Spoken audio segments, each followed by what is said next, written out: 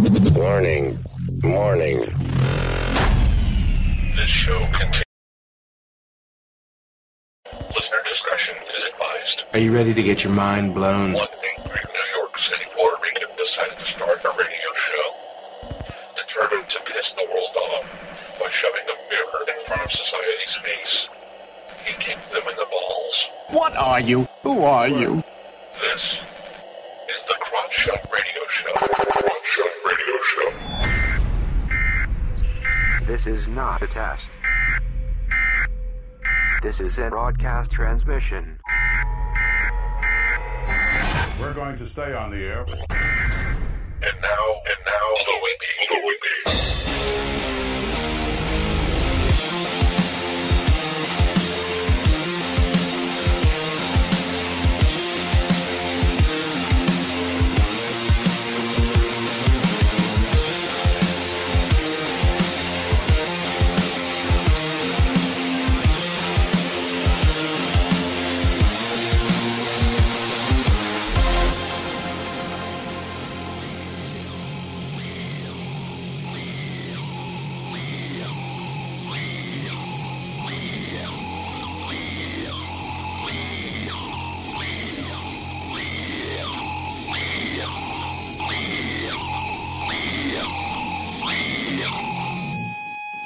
Yo, welcome to the Crotch Shot Radio Show, where we kick the issues in the balls. We're on an active war against bullshit.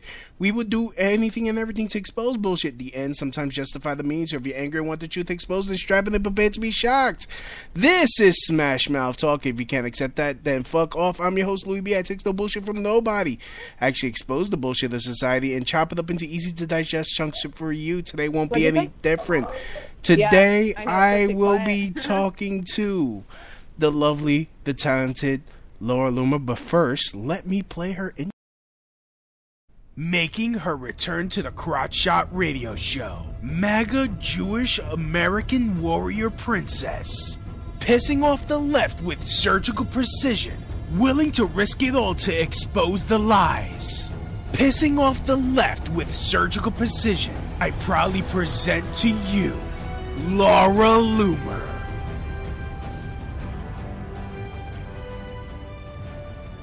There you go. Thanks so much for having me. Yeah, long time no talk to on the show. You've been it's been a while. Yeah, it's been a while. Yeah, and in that time you have blown up. You've I've definitely done a lot more since the last time I've been on with you. Yeah, I mean, you went after Keith Ellison, and you know, I would like to say that you single-handedly took him down. Yeah, it was definitely a process, but now he is no longer serving as the deputy chair of the DNC, largely because of my investigation into him and his abuse of women. And regardless of what people want to say, my investigations played a direct role in him stepping down from the DNC. Unfortunately, he still won his his election to become Attorney General of Minnesota, but he's out of the DNC, which is, a victory for everybody. Yeah. All right, quick question, because this has been going around, actually both sides of the aisle, as it were, here on the internet, on Facebook. What's with all this anti-Semitism now? It really seems the left seems to be... Yeah, the left seems to be kind of glorifying Jew hatred, and, it's not really surprising to me because look at who they're embracing. They're embracing all the jihadis and the Muslim candidates, and they're standing side by side with all the Islamic movements. And when you embrace that type of, toxic ideology, you are going to welcome Jew hatred. And there's no denying that people like Linda Sarsour, Ilhan Omar, Rashida Tlaib, Keith Ellison, and many others are Jew haters themselves. They've all made very anti-Israel comments, very anti-Jewish comments. They are pro-Hamas, pro-Muslim Brotherhood. They refuse to condemn terrorism. They don't believe Israel has the right to exist. So these are the people who are the forefront of these left-wing movements like the Women's March, and they're being celebrated by the Democrat Party and kind of put on a pedestal. I mean, look at the way that they are celebrating Ilhan Omar, who I was basically banned from Twitter for criticizing and posting facts about, right? So you are no longer allowed to report the truth in America about Jew hatred or about jihadi candidates, because the left is now completely in bed with these infiltrators. And you would think that they would not condone this, because they just love to talk about whenever a swastika is retardedly spray painted on synagogues or on people's homes. Exactly. But they tolerate it when it's from Muslims or like, because I mean I spoke about this on the show, like when I was with the Proud Boys 2 summers ago at May Day. They were chanting "Israel go to hell," but at the same time they'll condemn me for probably saying faggot. Like, I don't understand what, like, the one place in the Middle East where a gay person won't get thrown off a roof for being gay, they want to condemn it.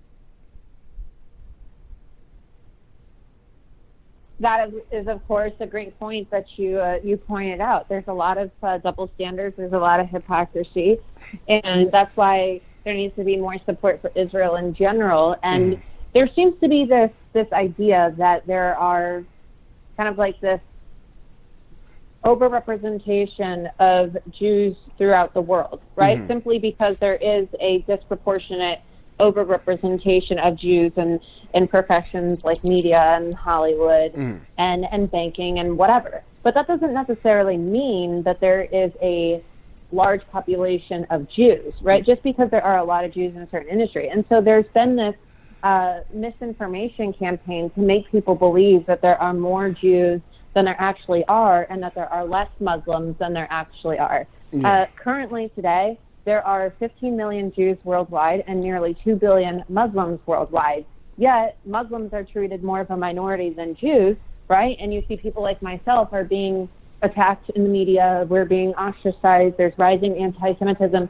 But then people want to make you think that there is rising attacks against Muslims, and that's simply not the truth. In fact, whenever you see increases in Muslim populations, there is also a correlation where you have an increase in Jew hatred, right? And so it's very concerning for me, because when you have these Muslim representatives, like I said, people like Linda Sarsour, who become the face of movements, and they pretend like they are victims because they're Muslim, and they pretend like they're minorities because they're Muslim, as they spew Jew hatred against actual minority groups, it's actually very dangerous. And I don't think people realize, how much they're being brainwashed. I bet you didn't know that there were less Jews worldwide than Muslims. Most people would probably think that there are more Jews than there are Muslims, but unfortunately, it's the other way around. I mean, you do hear that Islam is the fastest growing religion in the world. Yes, but that's another fallacy, in the sense that it's not even a religion. Muslims themselves view Islam as a political ideology, a complete way of life, a political lifestyle. And so that's why it is so dangerous that it's spreading like wildfire, and that Muslims are starting to replace Jews and Christians, and starting to kind of forcefully assert themselves in our government institutions, our media institutions, our educational institutions, because they practice a political way of life that is inherently hostile and incompatible with our values as Americans and the United States Constitution. Sorry. Go ahead. I'm sorry. I was choking. No, I was just saying that, there's this misconception, and people, if they were to study Islam, they would realize quickly that it is more of a political ideology than a religion. Yeah, I mean, the thing is, when I hear, like, and I've been having a lot, I mean, you could probably see it on my Facebook, I've been arguing with people who criticize Judaism on our from our side, because this is happening a lot too, and they always bring back the protocols of the Elders of Zion or the Babylonian Talmud, which every Jewish person that I know never heard of it. So, right. I mean, it's like and this just baffles me. I mean, I mean, the faith that I was raised in is very close to Judaism, and I've gotten that from two rabbis that one that I've had on the show, one that married my best friend, because we don't believe in a Trinity. That was the main thing, but it's just the one place that, I mean, aside from the fact that, okay, like what Congressman Ron Paul said back in the day, that a lot of this is blowback from what the U.S. has done in the Middle East. And I forgot the point I was trying to make, but notwithstanding the conspiracy theories about how 9/11 was an inside job and stuff like that, and I forgot my question. I'm sorry.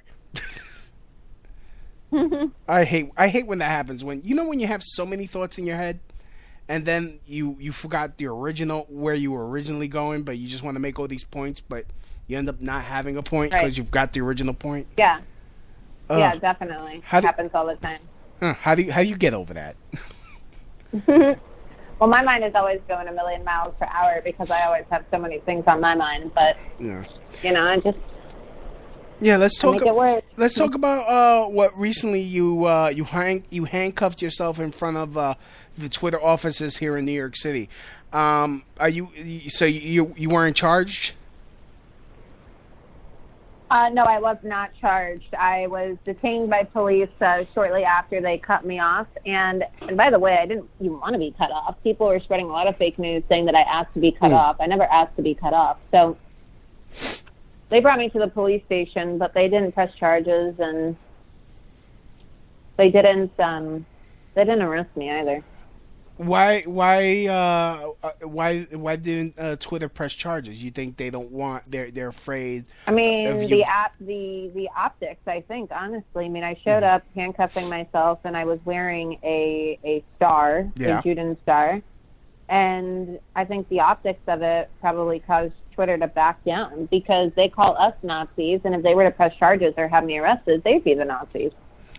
And also, I mean, if you got a day in court, I mean, a lot of that stuff would go on record. Right. Yeah. I mean, a lot of that will go into the media. And do you have a hard out? Do I have what? A hard out. What do you mean? Oh, do you have to go like exactly at 15? Well, the thing about Twitter, right, is that they know that they're under fire right now, and so they know that they are facing a lot of criticism and a lot of backlash, and the spotlight's on them, and there's evidence that shows that they have a bias, and so I think that they're just becoming very brazen about it, and I hope that they're held accountable during future congressional hearings. I hope that Dorsey is arrested for committing perjury, as well as Mark Zuckerberg and Sheryl Sandberg. But unfortunately, I find our leadership currently to be so weak. No one's really doing anything. Is it because they don't really understand? Because, I mean, I heard, I was listening to InfoWars yesterday, and they made the point that they don't understand the technology. How true is that, really?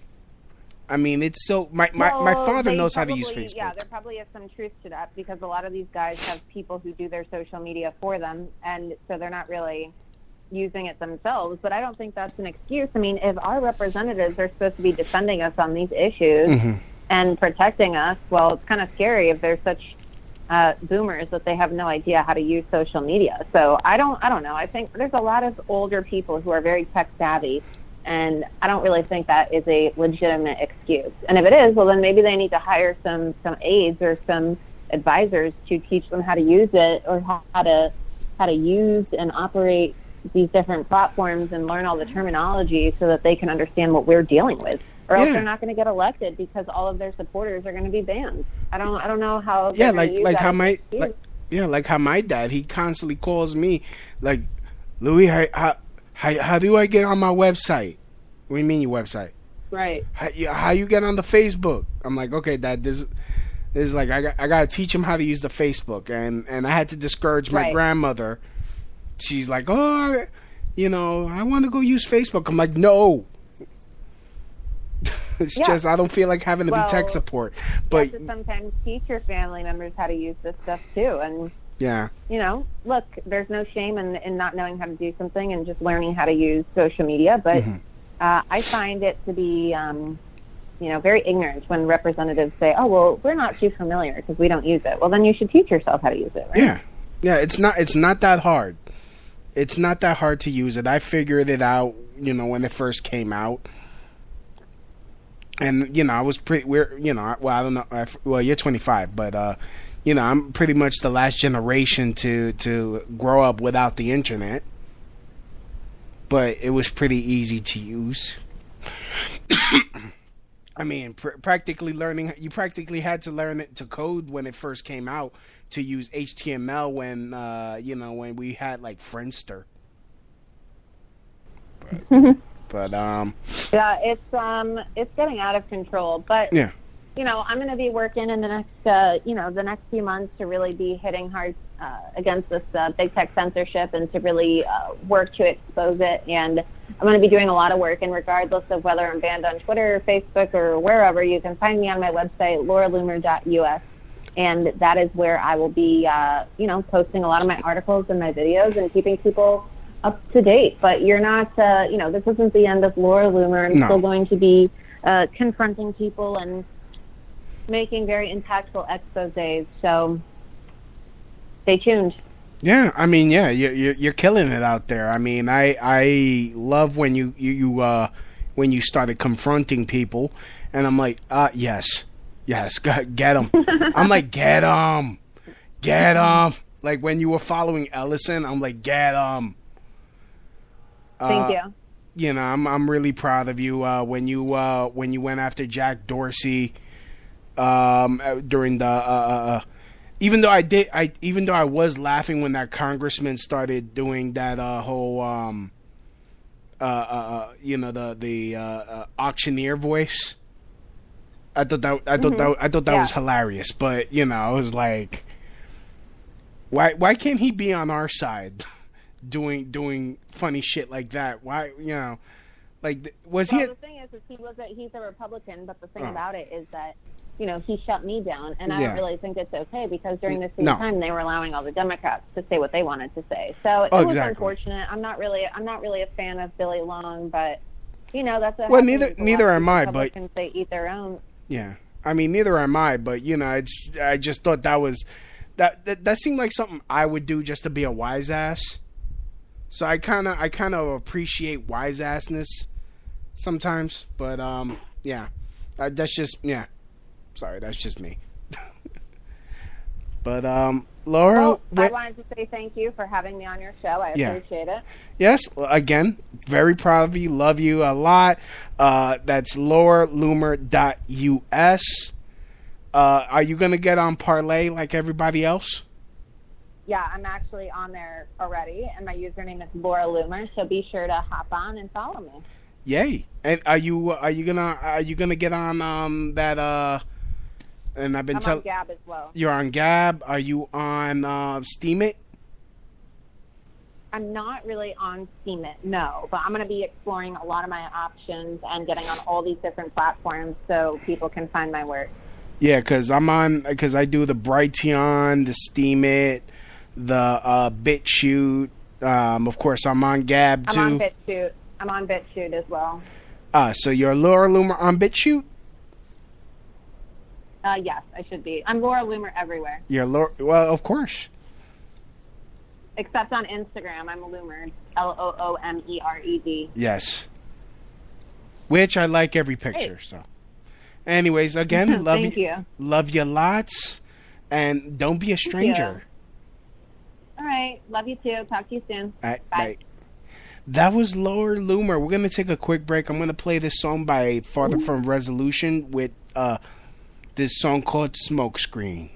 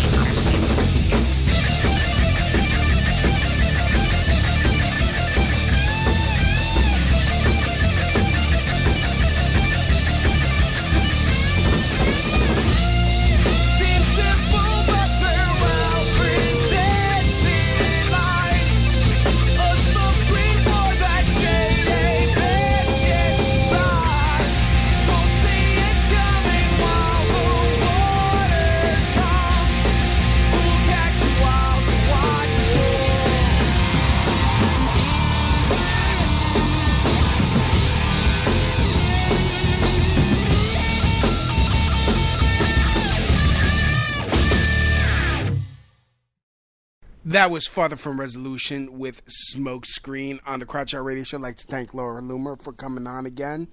That's lauraloomer.us. And again, you know, we were talking about some alternate social media sites. So, you know, follow her on Parlay, which, how's that spelled again? Parlay. I'm trying to find it for you guys so that way you guys could download the app. Parlay, just go on the app and the App Store. That's Parler. That's Parler.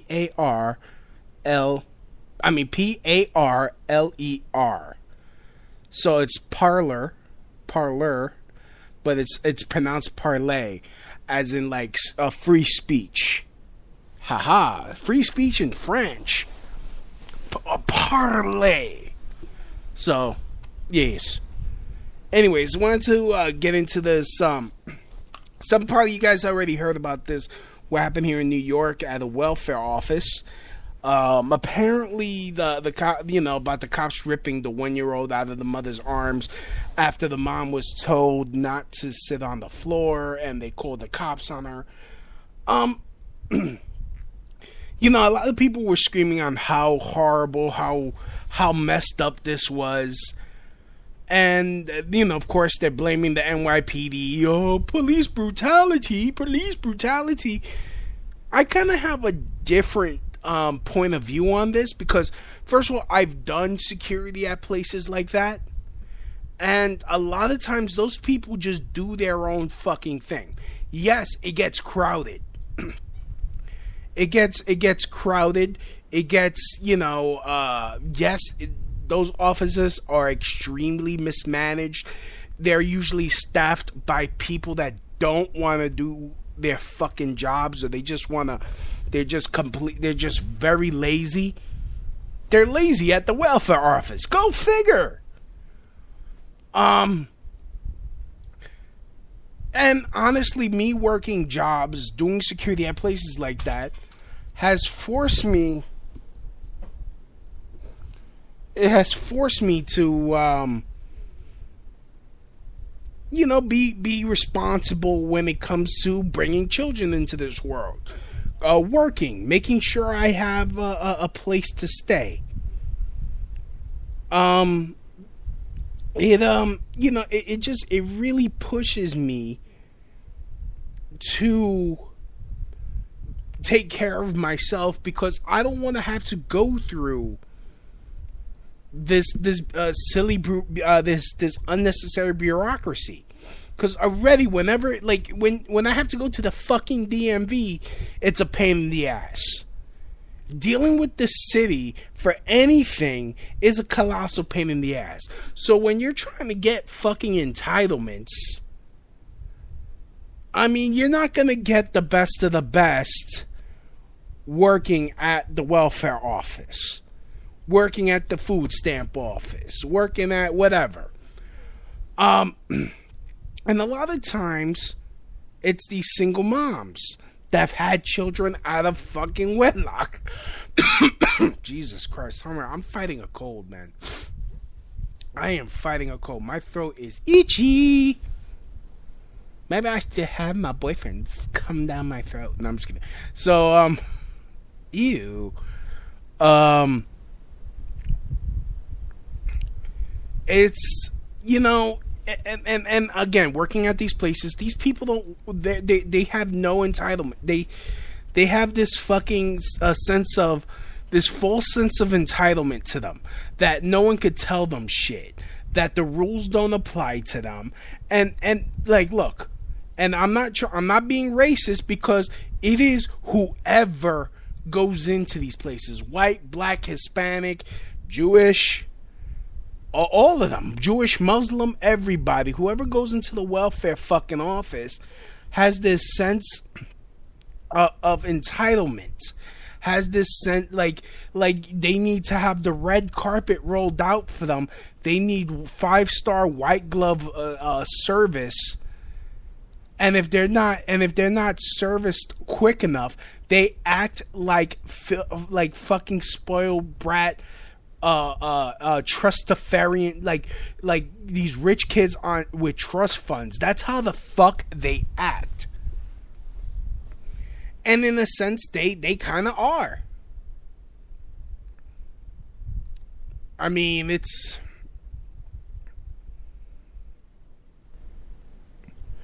You know... It's really just sickening. It's really just fucking sickening. It it gets me... It's really fucking annoying. So the story with this was... Woman sat down on the floor because she was supposedly waiting too long and her feet hurt. And, you know, the security said they can't sit on the floor. Which, again, as a security professional myself, that could cause a hazard. Someone might not be paying attention, trip over you or your child, hurt you and your child, or get hurt themselves, or all of the above. Then you're going to want to sue the city because of the hazard of them getting hurt and whatnot. And, you know, I could almost imagine, I'm not saying this is what happened, this is what I could imagine because out of my own personal experience. She started arguing, she started moving her neck in the way women do. She probably started freaking cursing and all that, saying you can't fucking tell me what to do or some shit like that. Got disrespectful. Security, we're limited to only do a certain thing. We can't put hands on people. So, it's like you're getting violent. We told you can't sit there. Get up. Da da da da. Of course, they're gonna say, "Oh, he was rude. He said it in a rude way." I don't give a fuck if they called you the N-word. If you can't sit on the goddamn floor, get your ass off the goddamn floor. Like, but more than likely, it was like, ma'am, you can't sit on the floor. Fuck you, da, da, da, da, da. I've been waiting for 300 years when it was really 3 minutes. And no one gave her tea and crumpets. And she started acting like a younger child than the one that she was carrying. I mean, again, everyone is condemning the NYPD. She wanted to fight. She wanted to fucking argue. She didn't want to fucking comply with anyone. And she used her 1-year-old child as a human shield. Again, speaking from experience. Speaking from actually seeing this type of attitude. Like, don't get mad at me. It is, you know, it is, I mean, you know, she probably used her kid as a human shield. And she's like, oh, they're not going to kick my ass if I have my kid. Nope. We're going to take the kid out your hands. And then, of course, everyone wants to get in on it because it's so fucking popular to hate the NYPD because of what some have done. Because look, the Abdulawima thing was was overboard. The Amadou Diallo, the 40 shots, that was out of line. But the thing is, a lot of times,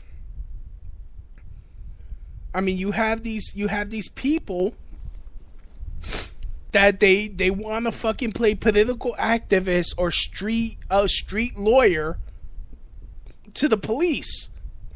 They want to plead their case on the block. Like, as soon as the cops get pissed off, they're not going to back off until you fucking comply or you're in cuffs. Because they're trying to shut whatever is going on down as fast as possible for everybody's safety. The longer a thing goes, the more dangerous the situation gets. So when you have someone acting like a fucking brat, and notice, I'm not saying the N-word, I'm not being racist, a fucking brat, because this is what I believe that woman was acting like, a complete fucking brat. An entitled fucking brat, a broke-ass rich girl.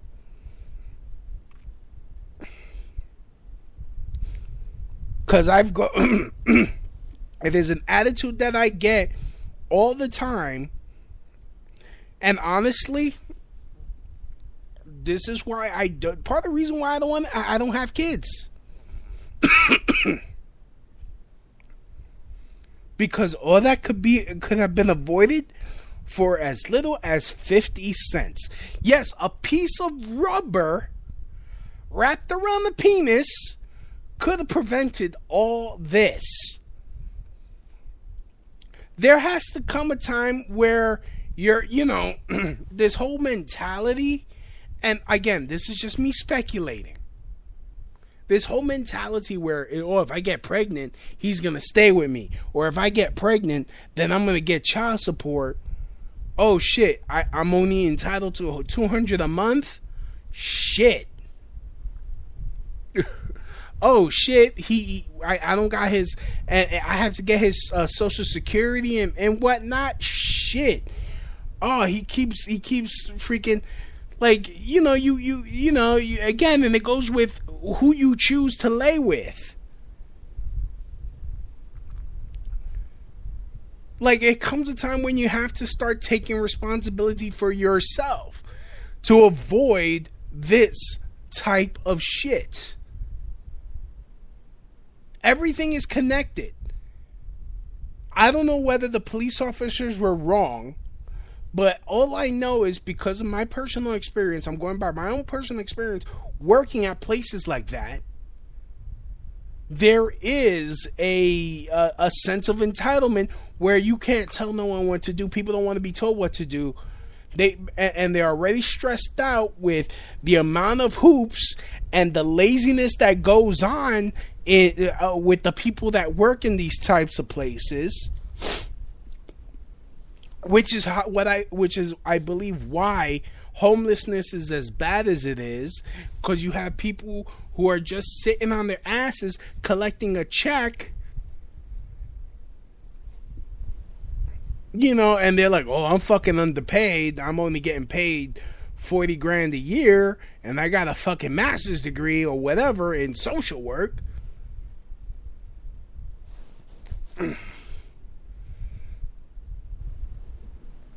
Because I've worked at places where, those types of people, they're too busy fucking drinking coffee, talking shit, not getting nothing done, canceling on people who've gotten there, who do bust their ass and get there early, and they're nowhere. They just don't come to work. And they don't tell nobody that they're not coming to work, and they waste people's time that are looking for help or looking to get free money, and they get frustrated, and it causes problems, because then people like me have to deal with it. And then here you go, you blame the NYPD because they like, oh well, they're the easy target. They're the easy target.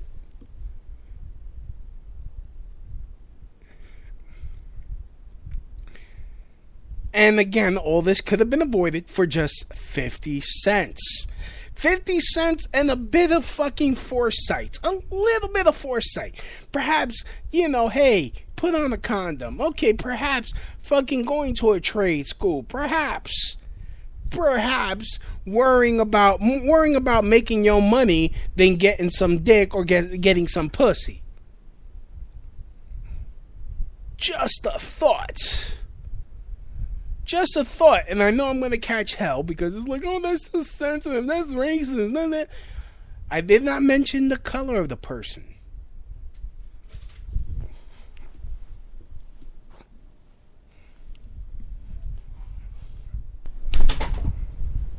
So,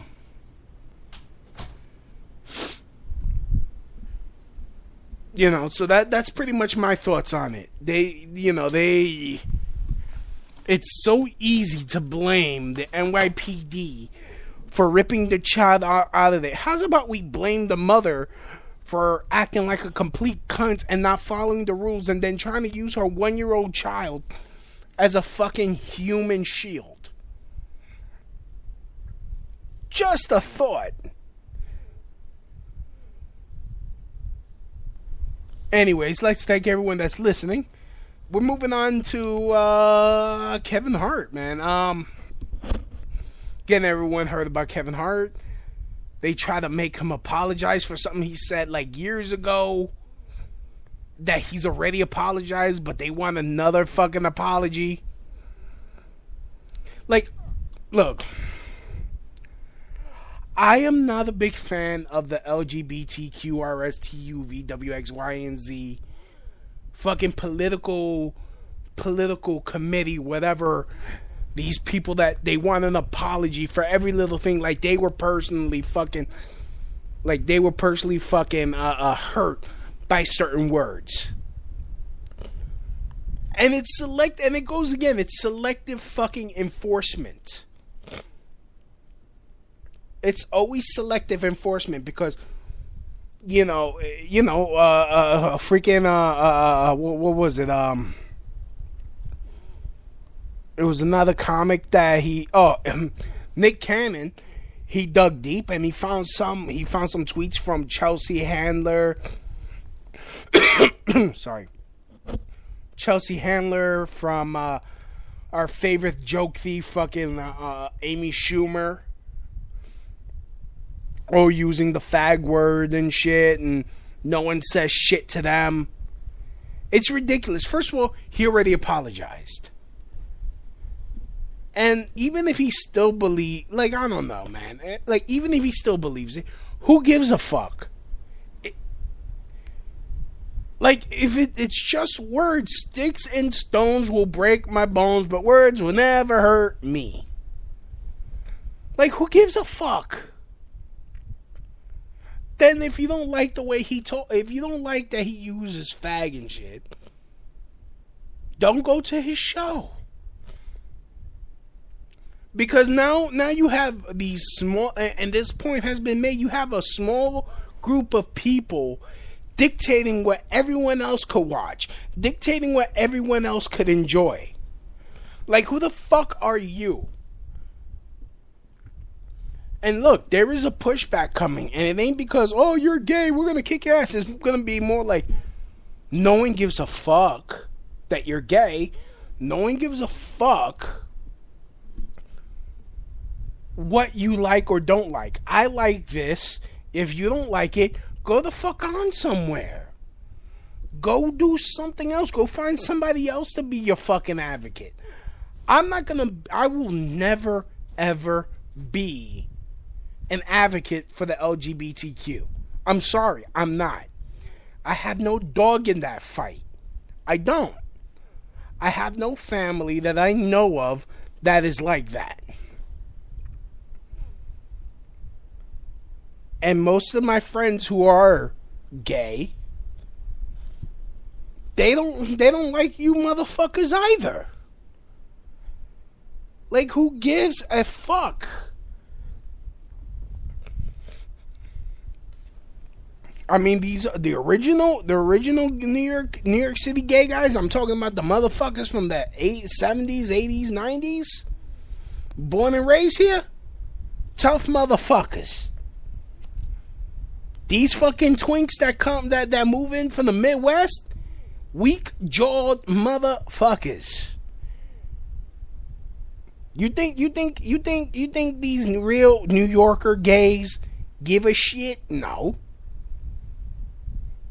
Get some dick, boo-boo. Have some fun. Go ahead. Live. You think I give a shit? No. But the thing that bothers me is this selective enforcement. Why did you go after Kevin Hart? What the fuck did Kevin Hart do? What possessed you to let's take him down. Let's take him down the peg. Let's make him our slave. Let's make him our slave so he could be our advocate. Let's force him to be our advocate. I mean, he said he wasn't going to apologize, but he ended up apologizing yet again. Like, what do you want him to do? Like, you guys don't forgive. The left does not forgive. In fact, what is there to forgive? It was a fucking joke. It is a joke, not a call for fucking harm. You don't like it? Oh, well.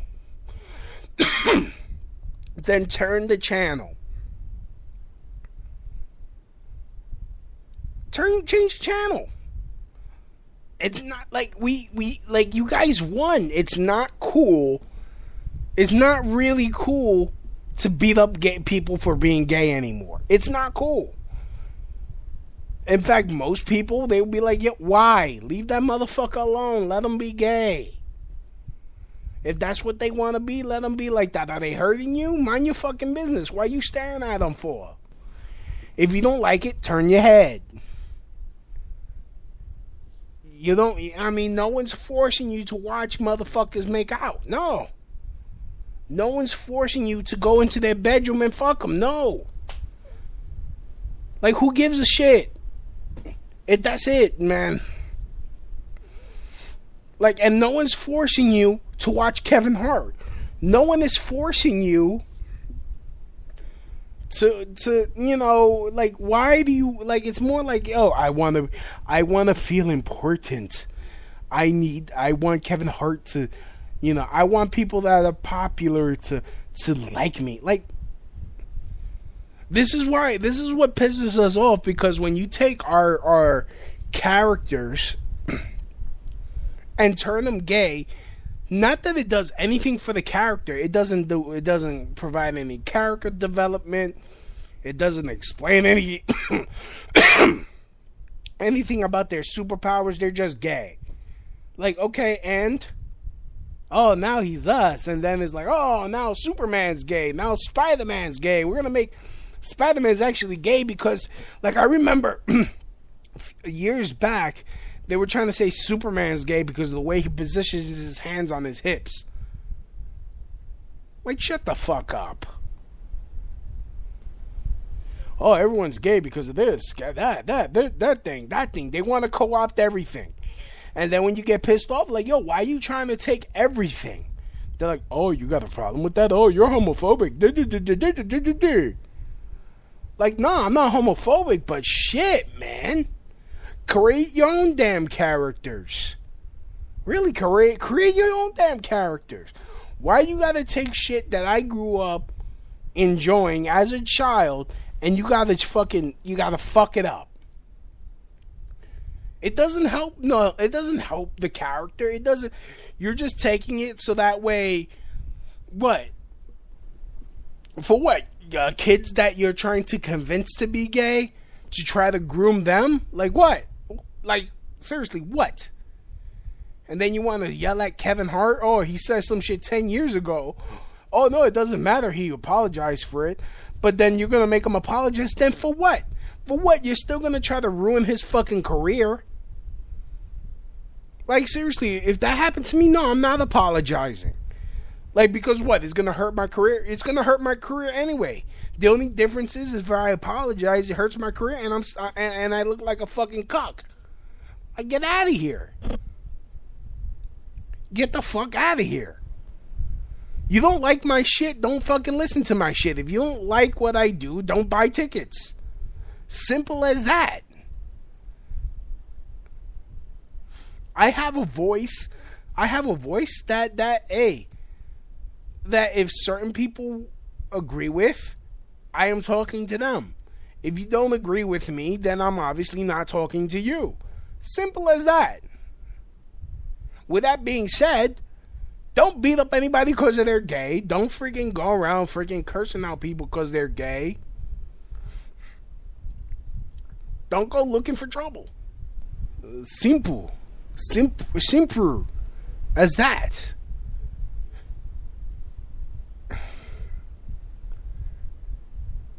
Anyways, I'm going to take a quick break. I'm going to play another song from Farther From Resolution. This song is called Stay.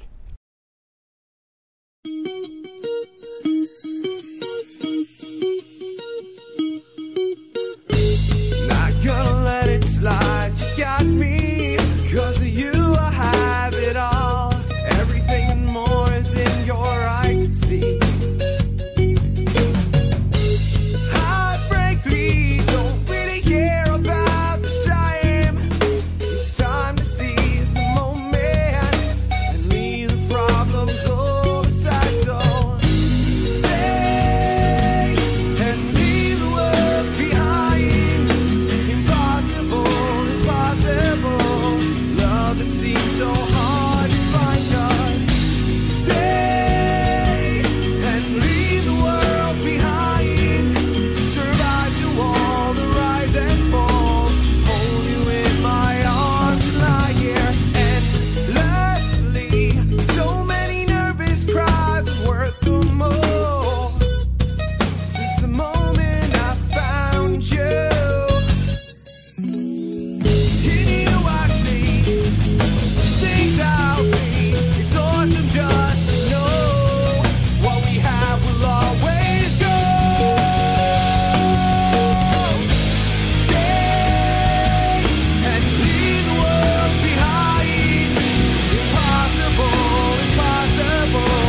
Love that seems so hard to find us. Stay and leave the world behind. Survive through all the rise and fall. Hold you in my arms and lie here. My God, there's so many roads to ride through it all.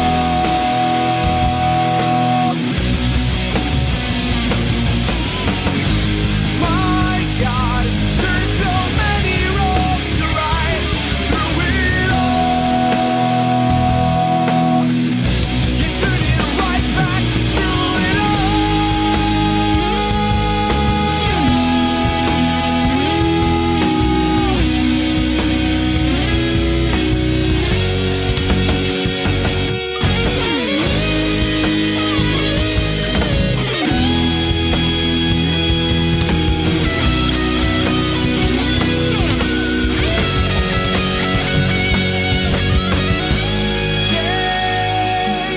and leave the world behind.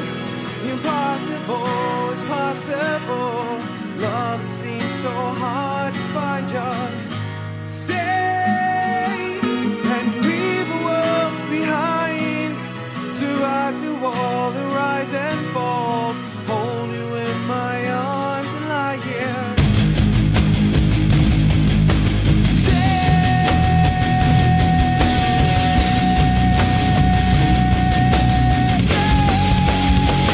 So why not stay and leave the world behind? Forever it's impossible without you by my side. So why not stay and leave the world behind? Forever will be possible. So why not stay?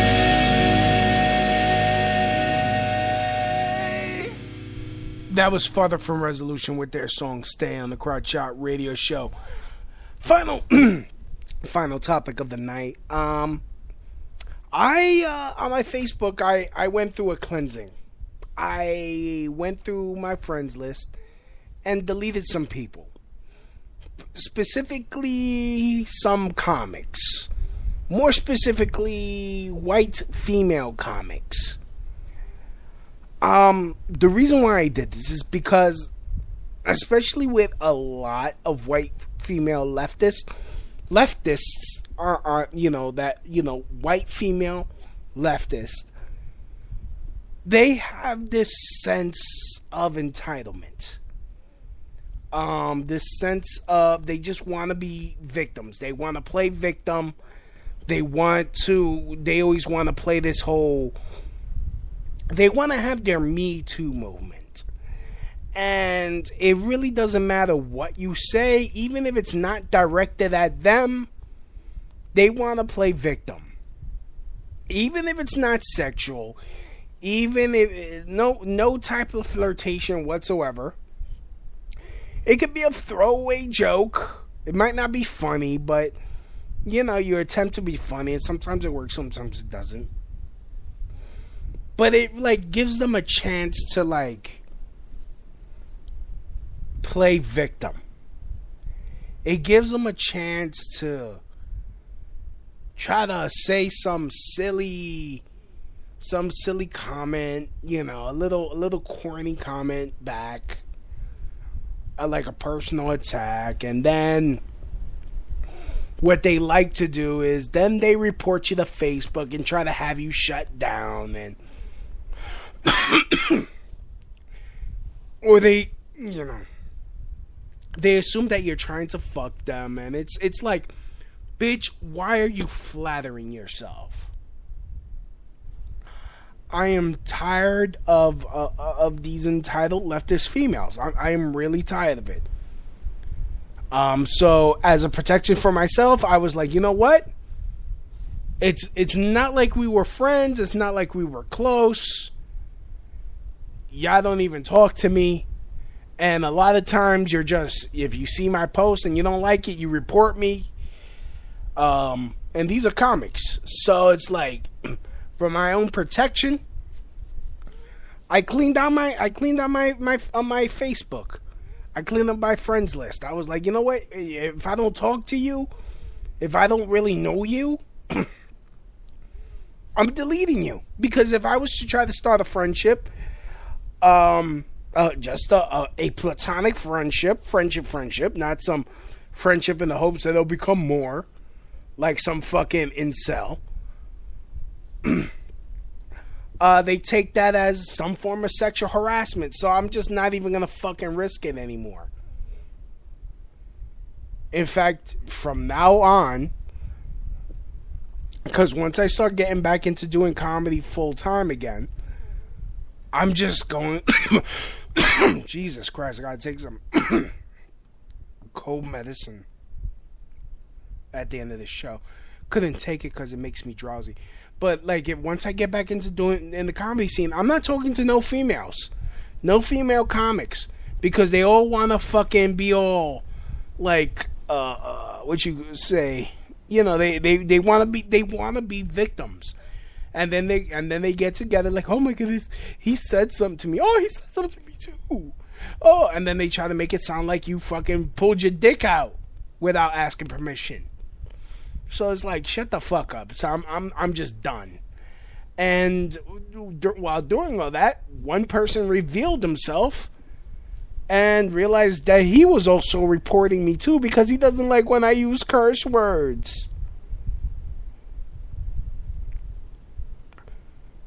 And I'm like, this motherfucker has been on my show many times. I've known this kid for years. And all of a sudden, oh, I don't like curse words, so I'm gonna fucking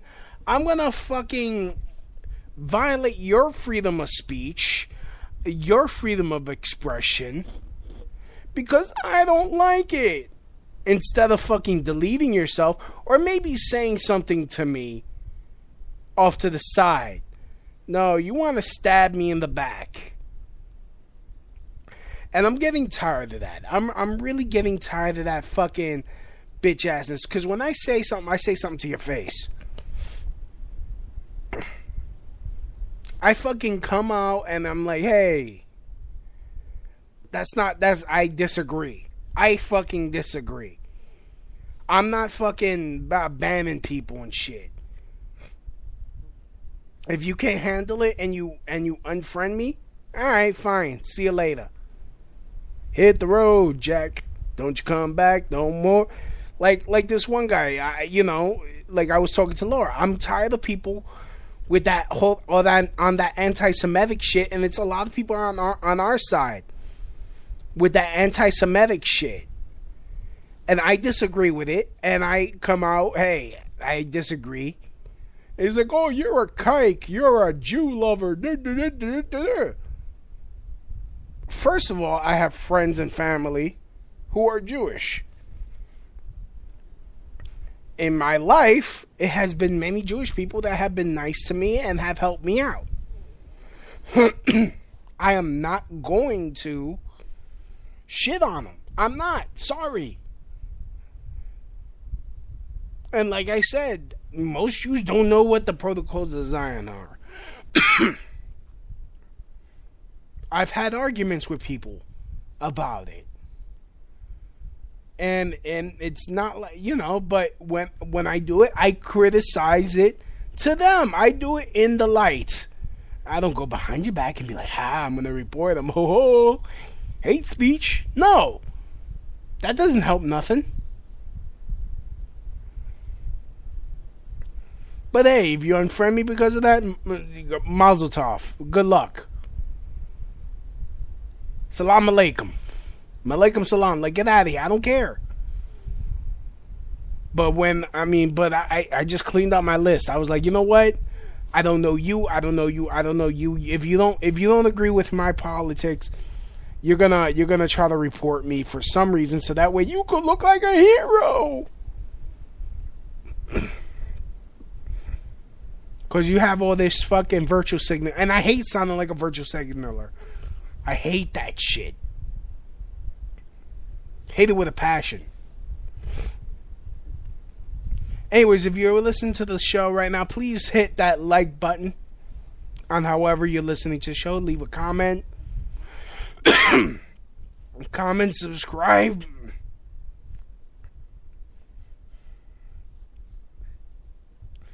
Comment, subscribe on however you're listening to it. You know, I like your feedback and even the negative shit. You know, it actually ends up helping me out if it's constructive criticism. It forces me to step my game up to try to make a better show. In fact, I haven't done this in a while. Let me give a shout out to all the people around the world that are listening to the show. Oh, tell me why do we build castles in the sky? Oh, tell me why. Oh, the castles way up high. Alright, geolocations. Shout out, of course, shout out to my people in the U.S. What's up? Thank you, in Ashburn, Virginia. Thank you. Bridgetown, Barbados. What up, what up? Of course, my people in New York City. How you doing? Jesus.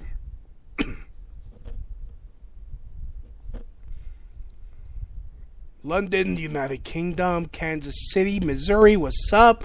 San Jose, California, how you doing? Of course, my people in Brooklyn, the Bronx, how you doing? We got Eagle Mountain, Utah, and Hamburg, Germany. What's up? We got Kuwait up in here. We got Brazil. We got Ireland. What's up, Ireland? We got Sweden. We got France. Yo, my people in France, man. You guys are finally an inspiration. I think it's time for us to do that, to start kicking out these globalists out of our country. Germany, Guten Tag. We got Canada, or Canada. We got Barbados, of course, United Kingdom and United States. What's up? I'd like to thank you guys for listening to the show. Downloading the show. Please tell your friends and family about the Crouch Out Radio Show. And, yeah, man. Before I end the show, I'm going to play this song. This was an auto-tuned song, auto-tuned speech of Martin Luther King. And after that, we're going to close out the show. So, this is Martin Luther King Jr. Sings on the Crouch Out Radio Show. Let us rise up tonight with a greater readiness. Let us stand with a greater determination. And let us move on in these powerful days, these days of challenge, to make America what it ought to be. We've got some difficult days ahead, but it really doesn't matter with me now, because I've been to the mountaintop, and I've looked over, and I've seen the promised land. I may not get there with you, but I want you to know tonight that we as a people will get to the promised land. I'm not worried about anything, I'm not fearing anything. Our eyes have seen the glory of the Lord. 1960, students all over the South started sitting in at lunch hours, and I knew that as they were sitting in, they were really standing up for the best in the American dream, and taking the whole nation back to those great wells of democracy, which were dug deep by the founding fathers in the Declaration of Independence and the Constitution. We've got some difficult days ahead, but it really doesn't matter with me now, because I've been to the mountaintop, and I've looked over, and I've seen the promised land. But I want you to know tonight that we as a people will get to the promised land. I'm not worried about anything, I'm not fearing anything. Our eyes have seen the glory of the Lord. 1962, when Negroes in Albany, Georgia, decided to straighten their backs up. And whenever men and women straighten their backs up, they are going somewhere, because a man can't ride your back unless it is bent. 1963, black people in Birmingham, Alabama, aroused the conscience of this nation and brought into being the Civil Rights Bill. Later that year in August, I would try to tell America about a dream that I had. We've got some difficult days ahead, but it really doesn't matter with me now, because I've been to the mountaintop, and I've looked over, and I've seen the promised land. But I want you to know tonight that we as a people will get to the promised land. I'm not worried about anything, I'm not fearing anything. We've got some difficult days ahead, but it really doesn't matter with me now, because I've been to the mountaintop, and I've looked over, and I've seen the promised land. I may not get there with you, but I want you to know tonight that we as a people will get to the promised land. I'm not worried about anything, I'm not fearing any man. Mine eyes have seen the glory of the coming of the Lord.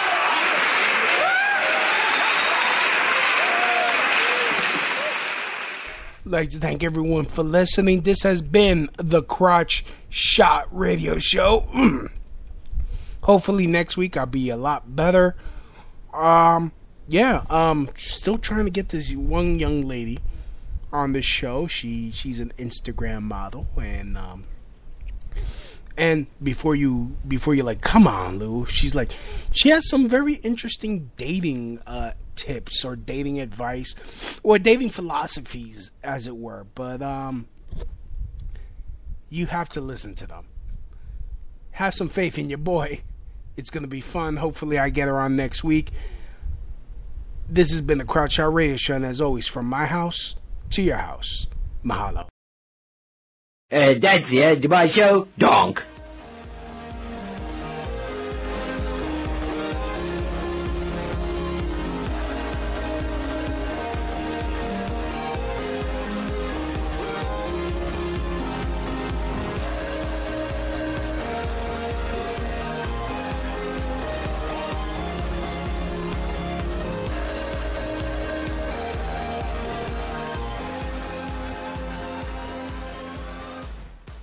Help the Crowd Shout Radio Show grow and thrive by doing something you already do. Shop on Amazon. Amazon always has great deals for whatever you are looking for. From survivalists and riot gear to beanie babies. Next time you're going to shop at Amazon, use my link. The prices stay the same, but I get credit for the sale. Just go to tinyurl.com/LouisB and just shop normally, knowing that you're helping support the Crotch Shot Radio Show. That's tinyurl.com/LouisB.